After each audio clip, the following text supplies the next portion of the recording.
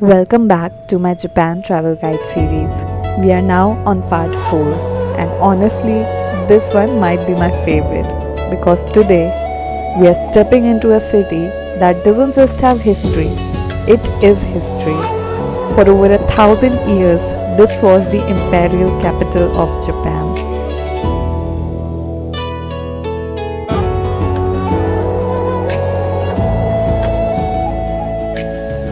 Over 70 emperors called Kyoto their home, and it is also the home to 17 UNESCO World Heritage Sites. It has more traditional wooden matcha townhouses than anywhere else in Japan, and every single season here looks like it was painted, not photographed. Kyoto is a mirror image of Tokyo. While Tokyo races towards the future, Kyoto quietly guards the past. This is the city the world keeps coming back to. So let's begin exploring Kyoto. So I started my trip to Kyoto from Tokyo and I had a lot of luggage with me. And I did not want to take it all, it was not needed for a 5-day trip to Kyoto. So I decided to give it in a luggage storage. I used a luggage storage in Asakusa, it was at the Tourist Information Center there. But there are other options available as well, which you can check out. I have a different video which covers everything you need to know about luggage storage. It will include the information center we used, coin lockers at the train stations itself, and also there's an app that you can use to book these luggage storages. It will show you the luggage storages which are nearby you, and you can just book it on your phone itself and just drop your luggage off. So check out that video. I will leave a link in the description below. Then we made our way to Tokyo Station, and from there we bought the tickets for the Tokaido Shinkansen, which goes from Tokyo to Kyoto and Osaka. There are 3 different types of Shinkansen depending on the time it takes to reach there, and we were traveling in the fastest one. All the details related to how to ride a Shinkansen is covered in a separate video, which I will link either here in an info card or in the description below, and you can check that out.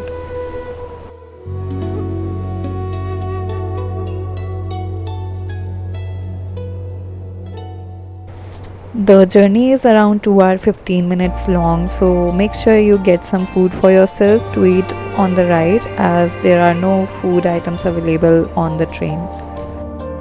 So once we reached Kyoto station, we checked into our hotels. So I stayed in 2 different hotels during my stay in Kyoto. The best place I would recommend is to stay nearby to Kyoto station because all the public transport, buses or trains pass from that particular station itself. And both my hotels were also at a 5-minute walkable distance from the Kyoto station. The first was Hotel Miyako Hachijo. Let me give you a room tour of Hotel Miyako Hachijo. So we have all the crockeries we need.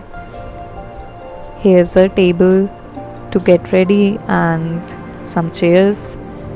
We were 3 people staying in one room, so we had 3 single beds, a window. Here's a closet space for keeping our clothes, some extra pillows. This is the washroom. This was the bathing area. The ultra high-tech Japan washrooms that it's famous for. There was even a vintage radio which was giving a really nice vibe in the room.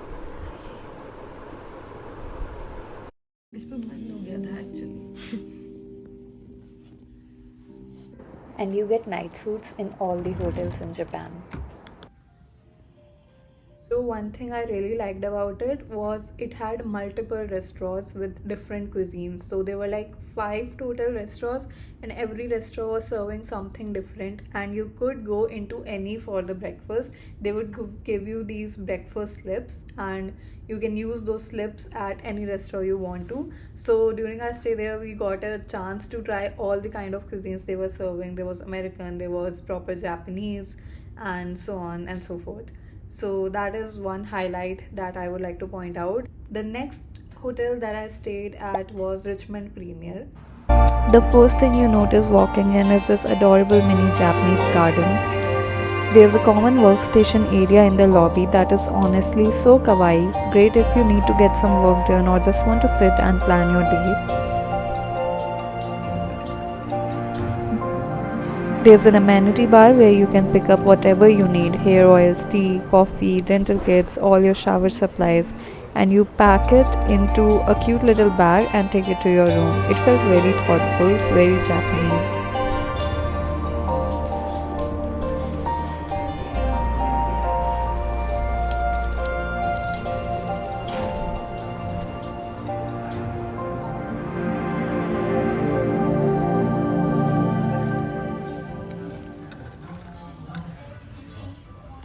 Now, the room.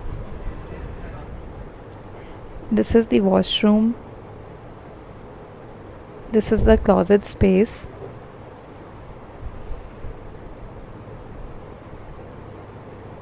The bathroom is separate, and we have a sink outside. The room is on the smaller side,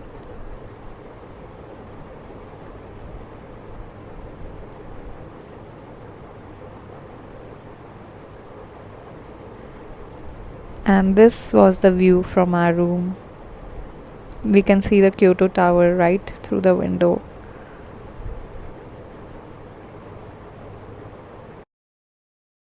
The real highlight though was the evening high tea with a free matcha station, red bean soup, fruit jellies, ice cream, and a coffee station.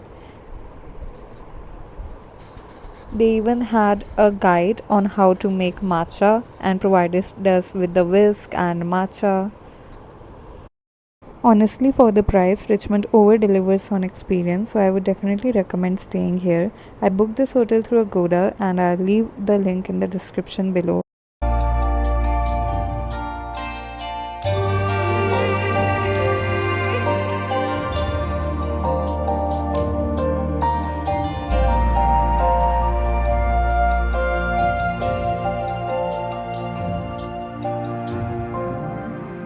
And I would recommend it over Hotel Miyako Hachijo, mostly because it is on the right side of the Kyoto station. And by right side, I mean that Kyoto station in itself is really huge. Whenever we had to get on a bus, all the buses start from one side of the station, and it only makes sense if you are staying there at that side itself where Richmond Premier is, because even though Kyoto station was 5 minutes away from Hotel Miyako Hachijo, every time we had to go and cross that entire station to reach to the other side of the station where the buses used to start from. It would take us 10 to 15 minutes alone just to cross that station itself. It's that huge. So I would recommend that you instead stay at the side where the bus station is, so that it is actually just 5 minutes walk for you. Also, I have a 10% discount for both of these hotels if you book it through Agoda. So I will also leave a promo code and the link for the same in the description below.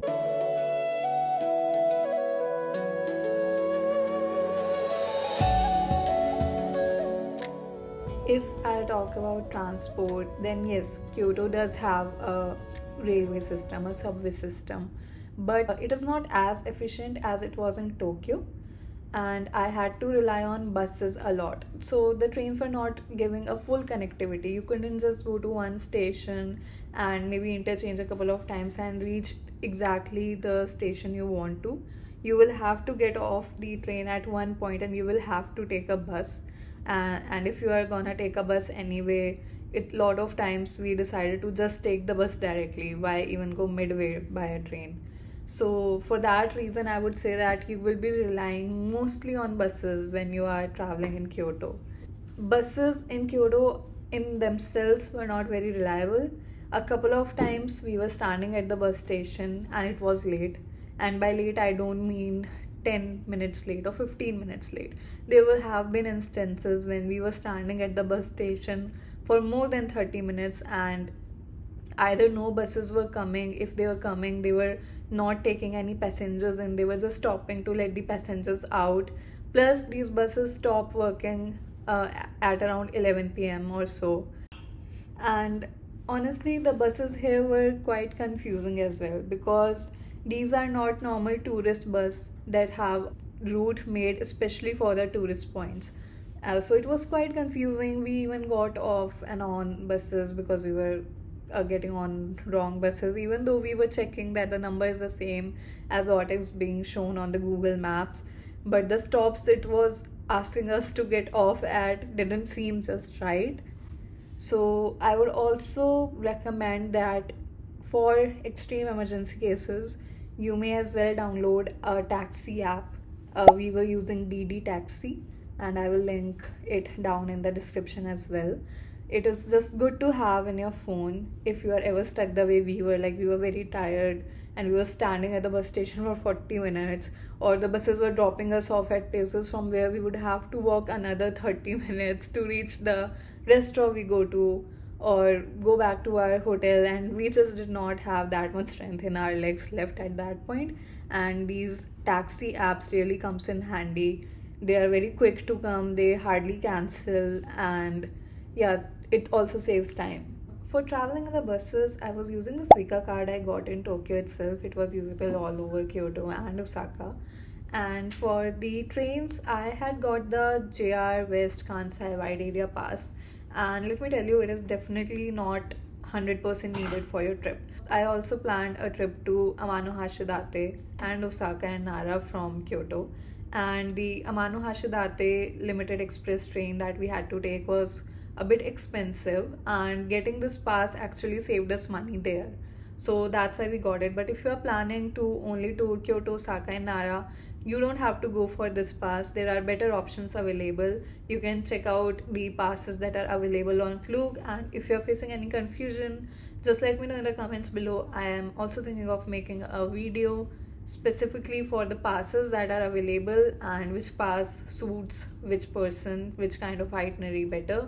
So that's why I'm not recommending any one pass here. It totally depends on what all you plan to go to in the Kansai area.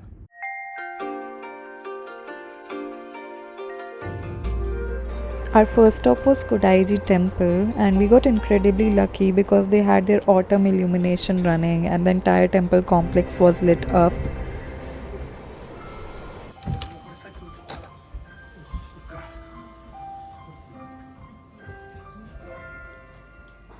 Then we headed to another popular nighttime destination, Yasaka Shrine.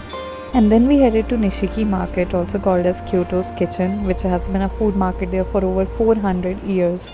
We tried some authentic sushi and also had one of the best ramen in Japan here at Kyoto's Engine. And good news for vegetarians that they also had vegan options available. On day 2, we started at Fushimi Inari Taisha. First, we tried the viral 10 yen cheese coin. It is dedicated to Inari, the Shinto god of rice, agriculture, foxes, and business prosperity. It is around 1300 years old and has approximately 10,000 torii gates lining the 4-kilometer trail up Mount Inari. Then we visited the Gion district, where we went to the Ninenzaka and Sanenzaka streets. We also saw Yasaka Pagoda. This is also one of the best preserved Edo period street in all of Japan. Tried some matcha at a matcha tea house, and then had coffee at world's only tatami Starbucks, which is inside a 100-year-old matcha townhouse. It has been completely redesigned to match the heritage aesthetic, and it has consistently ranked as one of the most beautiful Starbucks in the world. Then we tried the bagels at Rabbit Bagel and some chocolated strawberries, and also did a little tea tasting at a sencha shop. Hot water. Okay. And first time, please be 1 minute. Okay. Wait 1 minute. And then visited the beautiful Kiyomizudera temple.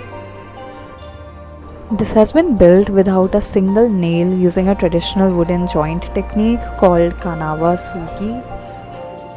And the wooden stage juts out 13 meters over the hillside. Kiyomizudera literally translates to pure water temple. So visitors drink from three separate streams said to grant longevity, success in studies, and luck in love.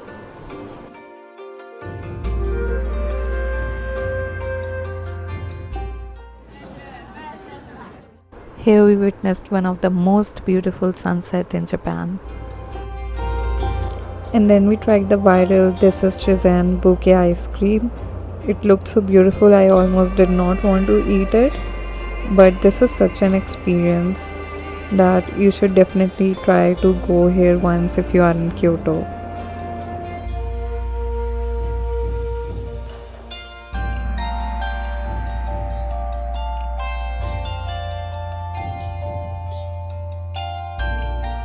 On day 3, we started by visiting the Kinkakuji temple. It was a retirement villa for a shogun, and now it has been converted into a Zen Buddhist temple after his death. The top 2 floors are completely covered in gold leaf, and hence its name, the Golden Pavilion.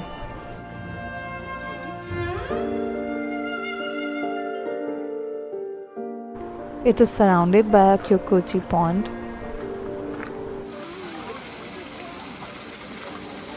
It is believed that tossing a coin into the stone bowl grants you a wish. And then we headed to TeamLab Biovertex Kyoto.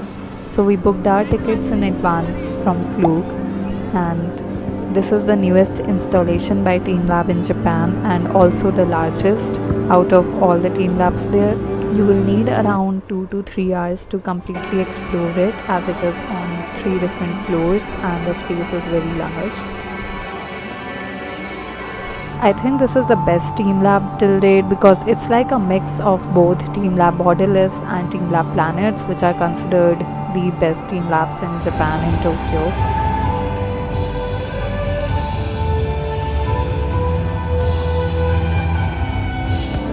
The most famous room here is the morphing continuum. You actually get bombarded by spherical balloons.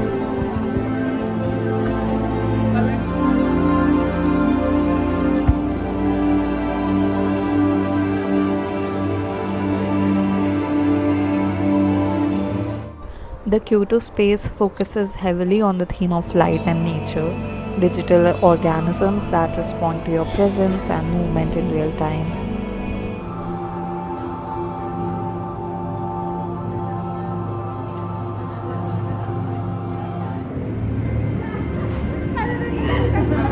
I had a lot of fun in the athletics forest. We even got to do some coloring, which the team scanned, and our drawings actually came to life, and I colored a butterfly and it was flying all over the room.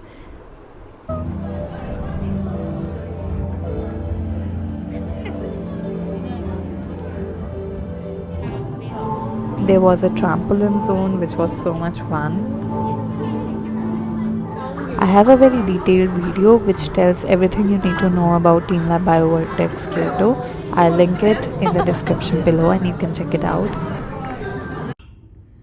That is it for this video. I have tried to cover everything I wanted to share about Kyoto in this video, but if you still have any specific questions left, feel free to comment down and I will try to get back to you as soon as possible. I'm also available on Instagram and try to reply there quickly as well, so you can also try following me there and you can reach out to me in my DMs and I would try to reply as soon as possible. And if you have been following me, thanks a lot for that. And if you're new to the channel, I would just like to let you know that I'm doing a Japan series. This is the 4th part and I have at least 4-5 parts more to come. I'm trying to cover everything about Japan so that you don't have to go and see another playlist once you have gone through this one completely. And I also have a lot of shorts uploaded on my channel already related to Japan.